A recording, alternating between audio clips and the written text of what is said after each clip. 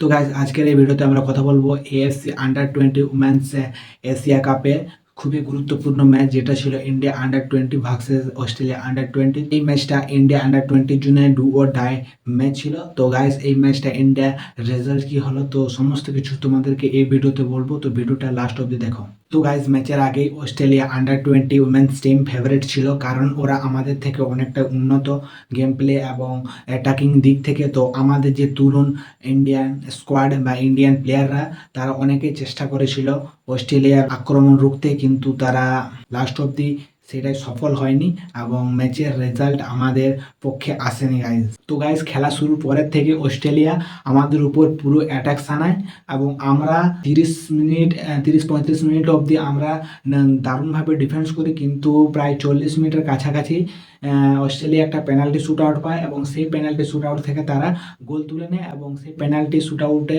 গোল করার পরে তারা 1-0 লিড নিয়ে নেয় এবং সেই গোলের পরে আর প্রায় 1 মিনিটের মধ্যেই তারা 2-0-তে লিড নিয়ে করে ফার্স্ট হাফ শেষে স্কোর লাইন থাকে তখন 2-0।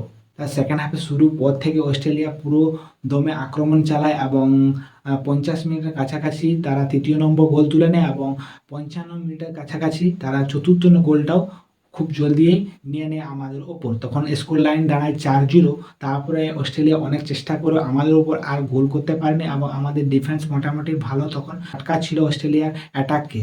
তো তারপরে 90 মিনিটের শেষে অ্যাডেড টাইমে আরেকটা গোল করে নিয়ে অস্ট্রেলিয়া এবং ফুল টাইম শেষে স্কোর দাঁড়ায় 5-0। তো গাইজ এই ম্যাচে আমরা ছোটোখাটো অনেকেই ভুল করেছি। প্রথমত তো আমরা ডিফেন্স অনেকেই ভুলভ্রান্তি দেখা গেছে ডিফেন্সে এবং মিডফিল্ডারে সেরকম বল কন্ট্রোল করতে পারছিল না আমাদের মিডফিল্ডাররা এবং অ্যাটাকিং থার্ডে সেরকম টেকনিক্যাল কেউ ছিল না অ্যাটাকিং থার্ডে। সেই উপরন্তু অস্ট্রেলিয়া তাদের যে টিম ওয়ার্ক এবং যে গেম প্লে অ্যাটাকিং থার্ডে দারুণভাবে তারা ডিসপ্লে দেখিয়েছে, তার দরুন তারা আমাদেরকে 5-0 স্কোর লাইনে হারিয়ে দিয়েছে। তো গাইস এই ম্যাচটা হারার ফলে আমরা নকআউটে যাওয়ার যে রাস্তা কঠিন হয়ে গেলো আমাদের। তো আমরা কি নকআউটে যেতে পারবো? তোমাদের কি মনে হয়? তোমাদের অপিনিয়ন কমেন্টে জানাও। তো গাইস ভিডিও যদি ভালো লাগে তো লাইক শেয়ার এবং সাবস্ক্রাইব করতে ভুলবে না। ঠিক আছে গাইস, তো দেখা হচ্ছে নতুন কোনো ভিডিওতে।